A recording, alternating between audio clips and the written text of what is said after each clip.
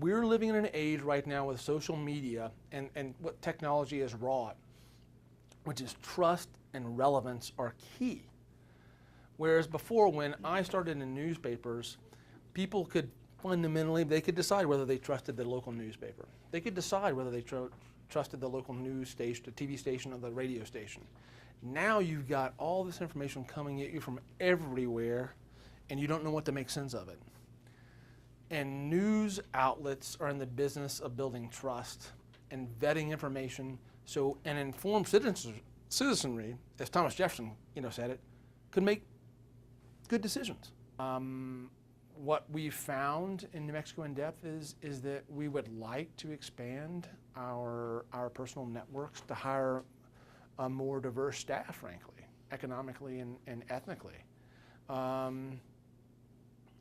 We've got to do a better job of expanding our personal networks and knowing people who can do the work.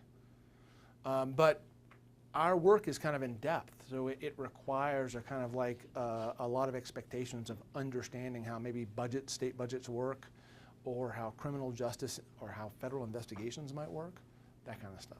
I came up, I like to read, I like history, I like sociology, I like this, and frankly, part of the reason that I do is probably because of where I grew up.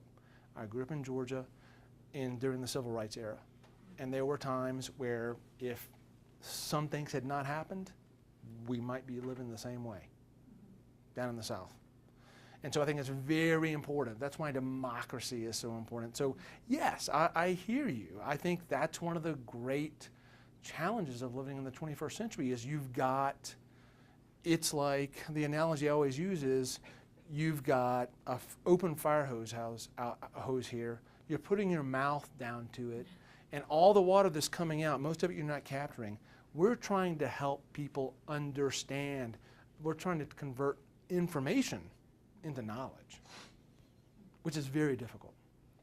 Because the stuff that we do is often kind of like, I think it's really important, I think it's really cool, but I think a lot of folks might think, it's like watching paint dry, government. Let those guys worry about it.